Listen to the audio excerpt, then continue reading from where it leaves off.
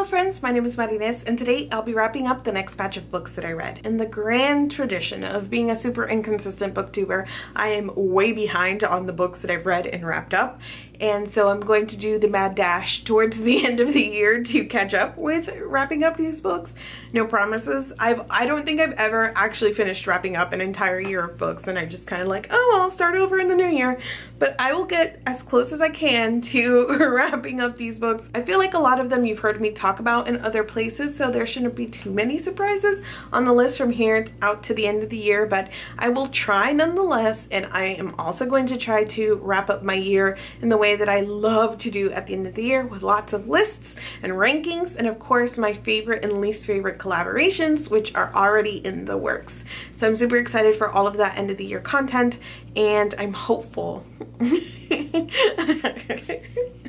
I'm tentatively, hesitantly hopeful that I will get to wrap up some more of the books that I've read in 2018. Book number 21 was Breaking Dawn by Stephenie Meyer. Part of the reason that this video in particular was delayed is because I like to do individual reviews for each of the books that I'm going to talk about in a wrap-up. So the review comes out first and then the wrap-up of all the books. And I want to do a video on Breaking Dawn and kind of the Twilight series in general. I spent so much time, 3 years basically, reading through this series, specifically with an eye toward being critical of the series and being an adult and reading it in modern times. And there's just so much material, and so I keep going back and forth. I've talked about the series plenty on this channel, on Twitter, all over Snark Squad. There are recaps and recaps dedicated to the entire series. So I keep going back and forth about whether or not I want to do some sort of wrap-up thing, video, review. I don't even know what it is. Sometimes I'm like, no, not necessary. I said my piece, it is what it is. And then other times I log onto Twitter and there's yet another thread defending this still in the year of our Lord 2018, just not only defending it, but like praising it or giving it more due than it actually, I think, merits, and completely glossing over the deeply problematic things in this series. And so again, I go back and forth between, you know, everybody hates on Twilight and it's like the popular thing to do, but also is it? Because I think the popular thing to do is to give Stephenie Meyer money and make her a millionaire, and her series is doing fine, and my video just getting my feelings out is not going to change that. And sure, other people have said their piece, but these are my opinions and they're worth saying. So obviously I'm having this like internal debate. The other thing is that even if I did make this video or series of videos, I'm not entirely sure how to frame it. I would like to frame it in a way that is a little bit of a fresh take, or that has some value or some merit. I think specifically I want to approach it after having been on BookTube for this 3 or 4 years and having seen how people discuss it in community, and kind of taking the idea that it is very foundational to people, very important to people, and is a piece of media that they have feelings invested, and kind of framing it that in the idea that we can revisit these things as we get older and as we learn more. And how do we talk about these pieces of media, and how do you separate that difference of, yes, this was once foundational to me, but now yes, I can acknowledge that it is racist and maybe I shouldn't promote it in the way that I am, or excuse it or apologize for it. So all of those are thoughts that are running through my head. Obviously, I didn't get it done before doing this wrap up, so I'm just gonna tell you that I read Breaking Dawn. I've been reading that probably for a year, but we finished it earlier this year in 2018, and it is probably the hottest garbage in this entire dumpster fire of a series. It is unnecessarily long, nothing happens. The climax just points to what Meyer's big problem is, and is that she doesn't really know how to write action or plot, really. She just had these characters that she really wanted together, but there wasn't ever any kind of friction that made sense or any real antagonism. Like, it was just very, very poorly written and plotted from that sense. So it's a huge book where nothing happens. It was just consistently at this point, right? It's like that's true across the series, but when you get to book 4, it is now just like beating you over the head with like this brick of a book, the fact that nothing is happening. And then on top of that, what does actually happen in this book is like super weird and really messed up, and everybody I think can like haha laugh it off, but I think in view of the entire series, it's some stuff that is like just really messed up. It's not just that Jacob imprints on a baby. Like, it's this whole thing about like child grooming and people making jokes about Jacob loving the baby and like insinuating things that like nobody thinks that this is weird because it's supernatural and the baby grows up fast. Like, nobody at all thinks that's weird. But reading about it is very uncomfortable and not at all a pleasant experience. Everything that had to do with Bella and Edward's marriage was really weird because there's this whole purity and chastity message that Stephenie like just, you know, ham-fists throughout the series.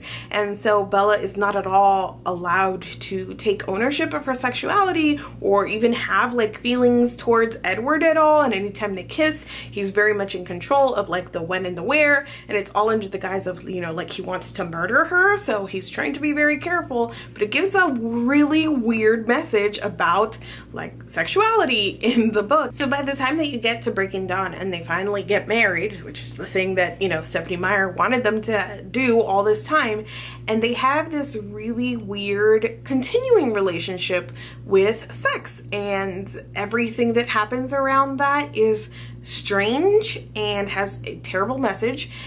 And I don't understand what Meyer was going for. And that all happens like in the beginning chunk of the book. So by the time you get to the end and it's literally two groups of people standing on a field doing nothing, don't at me. Don't at me ever defending the series, because I don't want it. I respect that it was formative for people and it was a doorway to get them into reading, but also it is very difficult for me to see anything of value in the series that was poorly written, offensive, problematic, and I'm so glad that it's over.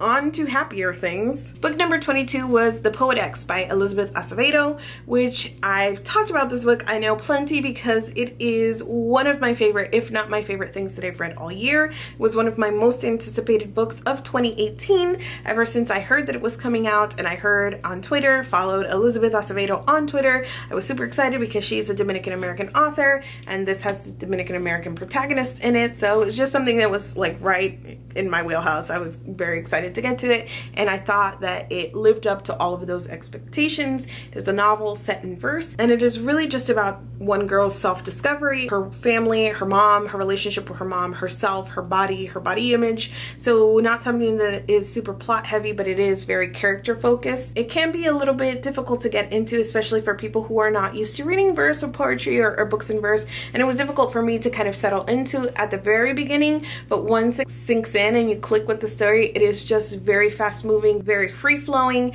and I enjoyed it so much. I thought it was very touching and speaks to experience you don't always get to read about in fiction. I thought that the voice was very strong here, and even more so if you listen to the audiobook, which is read by Acevedo, who is a slam poet. So she reads it with so much emotion, and it is just a very beautiful and moving experience. I'm so happy that I got to read this year, and I will continue to talk about it and recommend it to people. This is definitely a book that you should add to your Read Before 2018 is Over list. But if you don't get the chance to put it on your 2019 list, just get to this book if you can. And even if it's not something that is exactly for you, especially because of the format, I think that you will be better off for having experienced something from this point of view and just getting to know a little bit about, or getting exposed to, what the issues that she talks about and kind of takes her character through in this book. This was a 5 out of 5 star read for me. Next up is Fierce Kingdom by Phillips, and this was a book of the month pick for me. This is about a woman who is with her 4-year-old son at a zoo. It's near closing time, so they're like kind of packing up and walking to the exit, and when she gets there she sees men holding guns at the exit, so she grabs her son and runs back into the zoo. And the entire scope of the novel just covers the next 3 hours as she spends her time hiding and running throughout the zoo. It is a very narrow focus for the plot, and it is intimate in that way because you stick with her, and it's a very intense situation, situation, as you can imagine. I thought the first half of this book was incredible. I read it on a plane in one sitting, actually, so the entire thing was very readable, and once you're invested in kind of what's happening, you really want to get to the end to make sure how it turns out, make sure everybody's okay. But the first half of this book was very intense and very emotional, very beautiful also, because in addition to being just like a heightened kind of situation with the shooters inside of the zoo, there is a focus on motherhood and her relationship with her son. Some of my problems with this included that we got some like flashbacks and some introspection from the main character, and I understood where that was coming from because it gives you kind of a view outside of that narrow scope, and obviously in a situation like that your mind is probably reeling and you're thinking about a lot of different things, but there were some times that those flashbacks and introspection felt out of place to me. It was almost just shoved in there. She also used multiple points of view at times, but it was very uneven in the way that she did it. Just like with the flashbacks, when they're not consistent or you don't really understand why the author is doing it, it feels uneven, and that happened both with the multiple point of views and with the flashbacks for me. We follow the shooter for a little while in a point of view, and I'm not sure how I felt about that.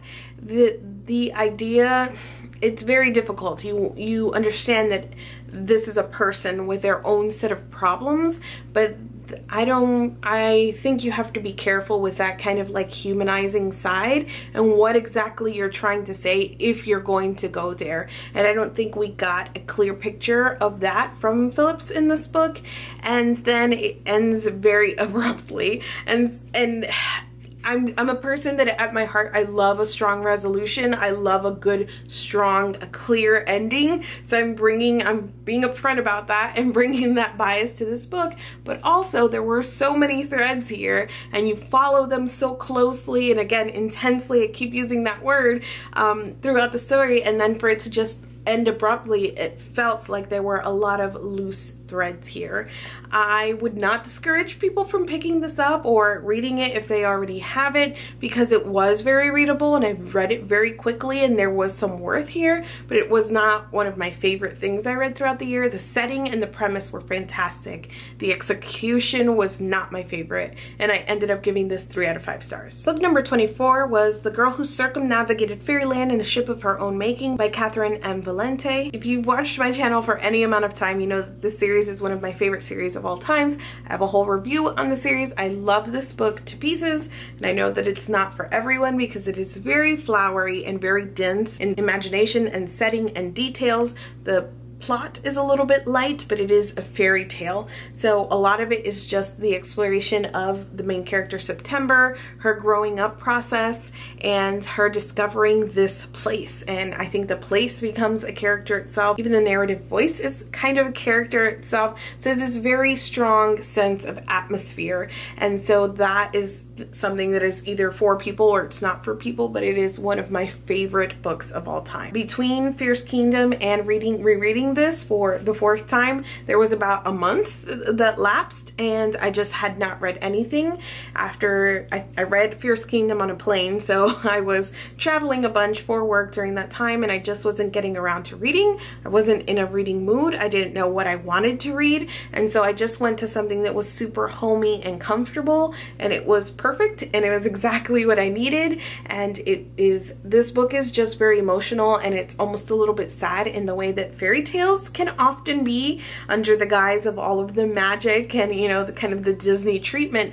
Fairy tales are often very savage and a little bit sad, and this book takes that feeling and it puts it kind of at the forefront. It multiplies it. And so if you can enjoy the flowery language and all of the very imaginative details and kind of enjoy that part of it with the thin plot running throughout and some of the best and most wonderful characters. This is a journey book, which is also one of my favorite things. So they go on this journey, meet a lot of different people. I cry every time. One particular character, the lantern, the 112-year-old lantern. So this is just something for me that is very comfortable. It's like coming home. So when I needed to get out of a reading rut, I turned to this book and it did not disappoint. And again, if you have not read it yet, and if you love fairy tales or imaginative worlds or very witty and layered writing, I highly recommend this book. as I always do.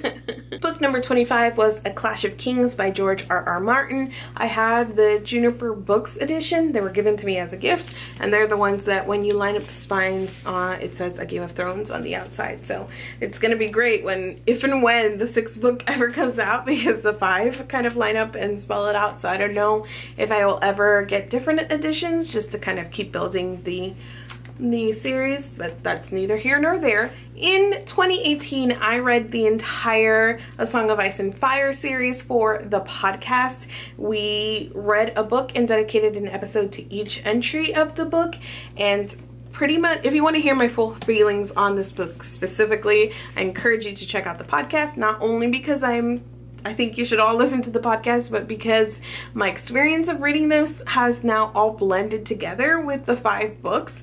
And so even trying to think what happened in this book particular is gone from me at this point. And also my feelings on all of them in general is very much the same, and it is that reading them, especially like kind of as an assignment for the podcast, was not great, and reading them like against the time clock because I had to be done by a certain time in order to talk about it was not great. These are very dense, and they probably don't need to be always, in spite of like the world building and all of that. I just said with Fairyland that I do enjoy stories that are very place heavy and that are atmospheric, so I'm not criticizing this book for being dense in the way that it world builds. I just think he uses too many words when he doesn't need to, and he could cut it down, and he takes us along these like ambling paths that don't pan out at all, or if they do, we haven't seen them pan out quite yet. And if you're gonna like give it to me in book 6, like, is that really a payoff at this point? So I have a lot of conflicted feelings about the series in general. While I was reading them, I was not enjoying it all the time, but then after I was done and I could look on the experience, I realized that a lot of the characters were